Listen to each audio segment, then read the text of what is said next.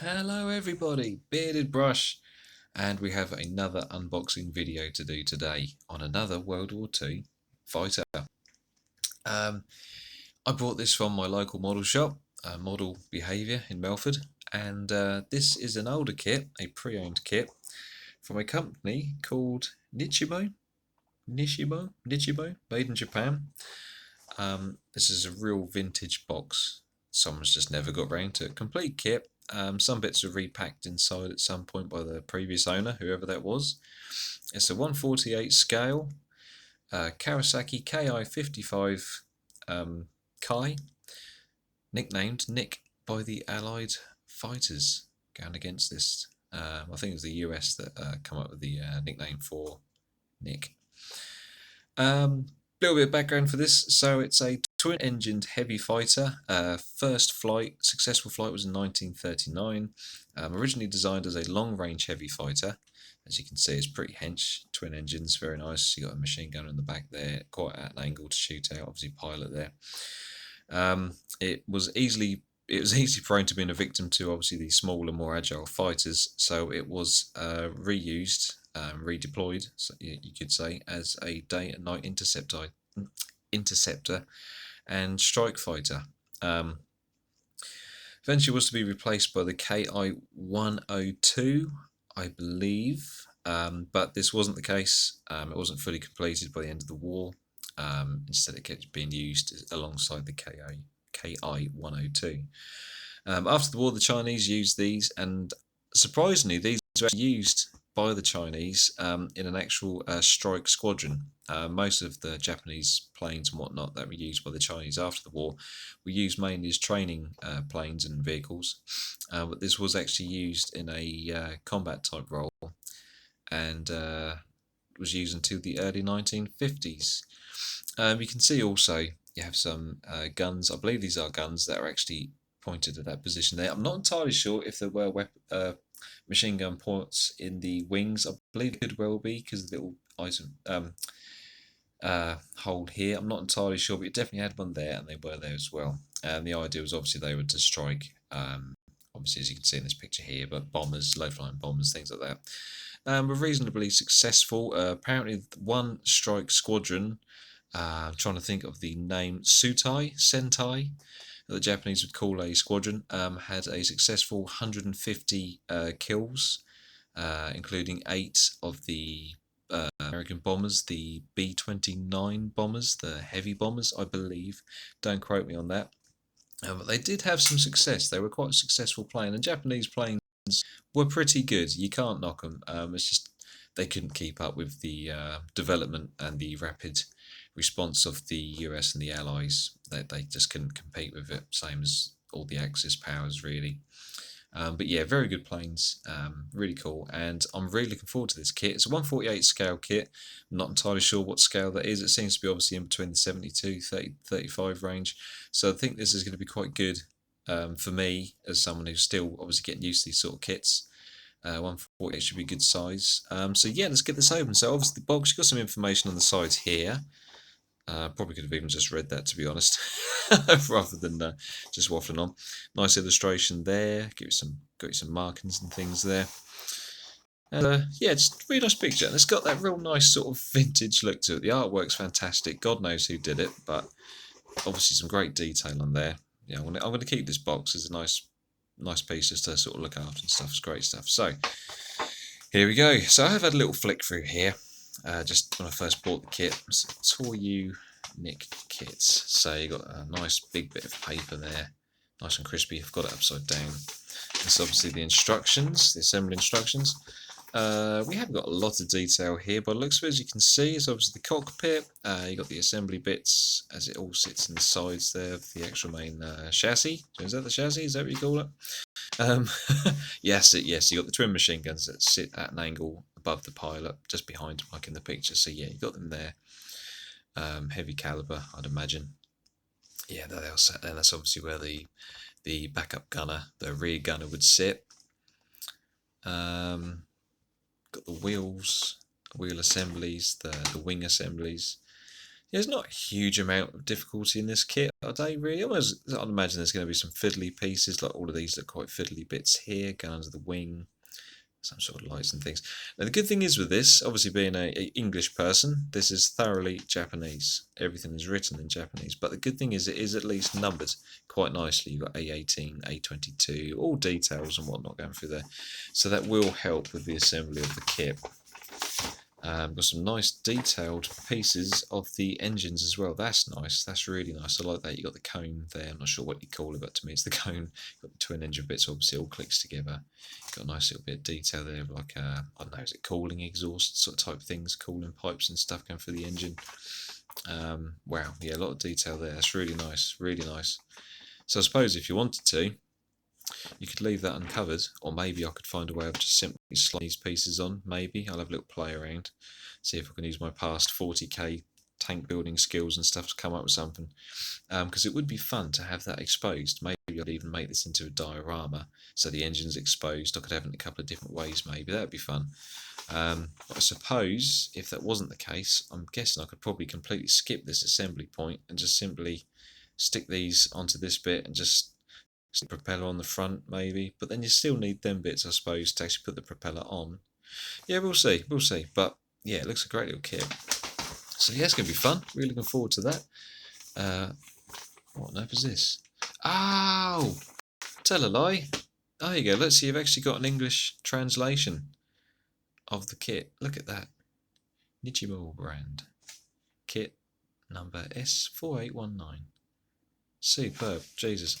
Man, this looks like it's been that looks like it's been typewritten. That is some real funky old style font going on there. That, wow, fantastic. Oh, it's got that lovely old paper smell to it as well. I love that. I absolutely love that smell.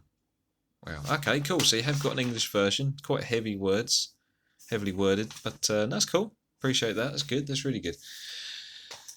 Okay, so in here is one of. Okay, so in here, I had a quick check. I just wonder what was like. So someone to wrap this up in tissue. Now this is. Ooh, I'll be very gentle. So I remember right, this is the glass pieces. Let's have a look. Yeah. Okay. So here we go. So here are the glass pieces in there. So you got the two canopies. Very nice. Very nice. And that's literally it. There's something else in there as well, I think. But I'll just keep these wrapped up in previous owners. Toilet paper protection. When in doubt, use toilet paper. I always remember going to clubs in school and things, playing Warhammer and Warhammer 40k and stuff, and I'd have these little boxes to try and squish my models in with, and I'd always wrap them in tons of toilet paper, just to try and protect them. It worked. It did the job, but yeah, it seems to be a thing. I think nowadays people are spoilt for choice with polystyrene and styrofoam and all that sort of stuff to protect the models with, and foam and things like that. But back in the olden days, back in the late 90s, early 2000s, good old Warhammer box and some toilet roll went a long way. Okay, here we are. Here are the transfers. Ever so slightly yellowed, but they seem in good nick. They seem good. The white's still white. Sort of gone slight magnolia sort of shade, I suppose, but no, they look good. So hopefully, all being well, I do hope I can use these. Some weird sort of something's come off onto this. I don't know if it's something that's put on top of it. Maybe it looks like a bit of print's got stuck onto there, but that should be okay. I'm not much of a transfer kind of guy.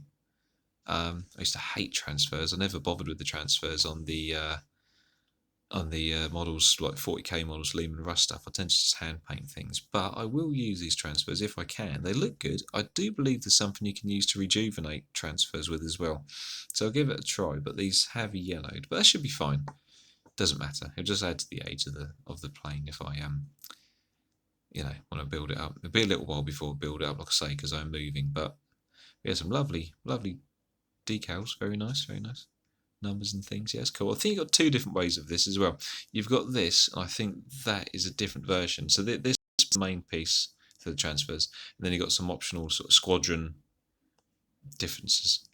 So that's cool. Awesome, cool. So yeah, like that. And then we've got, oh wow, okay, this is one big bit. So we've got the wings. The plastic's super thin. You can see the light coming through. I don't know if that's normal or not. Wow, this feels really daft thing to say, but this feels really plasticky compared to stuff I'm used to as a comparison. But very nicely moulded. You got nice grooves there. So obviously like the material, whatever this plane was made from, aluminium, I guess, it's something like that. Maybe even mosquito style, made from like a tight cloth type stuff.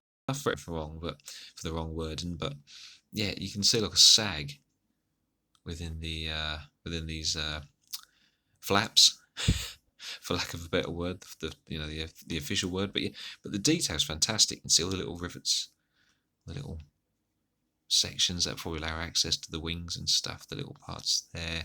That's really nice, really nice. Yep, no, that's cool, really cool. Lots of holes and bits. That's all well thought out. Japanese always do know how to make some good stuff.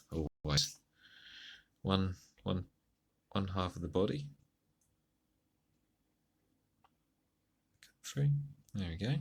Very nice, nicely detailed. Ever so delicate, ever so delicate. It's really thin, a little bit flash, but this is an older kit, so I can deal with that. And again, working with Forge World and other things like that, you get some horrendous flash. So to be honest, it's not a problem. This is really nice. Really like this. So this is generally the length of it. That's how long it's going to be. So that's pretty cool. Nice substantial kit. I suppose a 172. You're looking at, it would have been about that long if that was the same size kit as the option. You probably lose about 2 inches off of it lengthwise. So I'm like this. This is going to be a good practice size piece for getting into model building at this sort of scale. So that's fantastic. Wow, really cool. And the wings are brilliant. So that's going to look really nice. And then we have one big sprue. It's got some nice bits on here. So we have got the engine pieces. Got like the cones for the propellers. Got the wheel, all the mountings for it. And we got a pilot. What on earth? What the hell is that? He's been shot. Poor he's been killed. Look, he's dead already. Good lordy. I'm assuming. What on earth is that? I'm just going to zoom in on this myself. So it looks like there's a moulding issue. Or it might be that he's like that because something's going to sit in there when he's in the model, maybe. That's a shame if there is a mistake. But I mean, I can work around that. Stick a bit of green stuff in there, a bit of MIDI put something, that'll be fine. Detail wise, he's not fantastic. It's a bit smushed. It's not very clear detail. But again, I can get the detail out with painting. So that should be fine. No, that's cool. He's good. And for an older kit, again, fair enough. You know, they did what they can. You can see like little belt buckles on there on his lap, sort of thing. I don't know if you can make that out, but I can. Yeah, that's cool. I'll have fun painting him up. That's kind of my thing, painting models anyway, like of this style, people models. So that's cool. Got some cool details on the console there. Trying to get the light so you'll see it. Don't know if you can see that or not. Just see some details, some little round parts on the console. That's cool. Again, I'll be able to paint them on. I probably prefer to paint them on. I don't think there's anything on the decal sheet. No, there's not. No, so that's cool. Propellers look pretty big. Got some wing bits, got some engine bits, lots of engine bits. Some exhaust things there. Little lever, metal lever, some of that.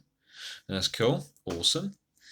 And then the final piece. It's got some nice tasty weapons there. Look, like a couple of machine guns. Details a bit lacking, but again, it's fine. It's an old kit. I should probably stop judging it on that because it's not fair on the model. And again, it's the painting that'll bring the model out anyway. This is giving you a nice canvas. So that's the interior cockpit piece. Very nice. Wheels look good. The plastics, it's a little bit flimsy. It's a little bit uncertain about it. It's not flimsy, but I wouldn't take a lot to snap that. But again, that's my experience with these kits. That might be a normal thing. I'm not sure. Yes, of course. So there you go. Let's see. You got the bit that sit behind the pilot. That's where the machine guns would be mounted through, I assume. The wheels are in 2 pieces by the looks of it. You've got some other bits and bobs, some colours here for the wheels, maybe things like that. Once I've assembled this kit, it will actually be, hovering from the ceiling on a bit of string. But I will have the wheels out. Again, once we move house, I plan to have a nice little display area to put these all in and whatnot and things. But that's a long project for now. But I'll definitely enjoy building these models and having them somewhere. Okay, so yeah, that's it. That is the whole kit. Wow, that's going to be fun. Cool. Opening this up and having a really look at it, I'm really looking forward to this. Excuse me. Yeah, I'm really looking forward to this kit. It's going to be fantastic. I can't wait to paint it up. It's an interesting colour scheme as well. Paint scheme on the the speckled sort of greens with the sort of the light grey blue background. That's going to be cool. Yeah, I'm really looking forward to that. That's going to be fantastic. Wow, it's going to be a big kit. It's going to be a big kit. Can't quite hold it all together with a couple of hands, but so it sits there roughly. Yeah, so it's going to be quite a size. Nice. Ah, fantastic. Can't wait. Can't wait. It's going to be good. The more I look into these style of kits, the more I'm sort of enjoying them. Well, that's it. That is my unboxing of a very, well, I don't know how old, but an older Nichimo kit of the Kawasaki Ki-45 Nick. Fantastic. Can't wait. Thank you ever so much for watching, guys. As always, do appreciate it. Let me know what you think of these sort of, realistic real model builds. Let me know what you think. Any recommendations, any sort of model companies I should check out? I'd love to know. And thank you for watching, guys. Really do appreciate it, and I'll see you all very soon. Bye bye.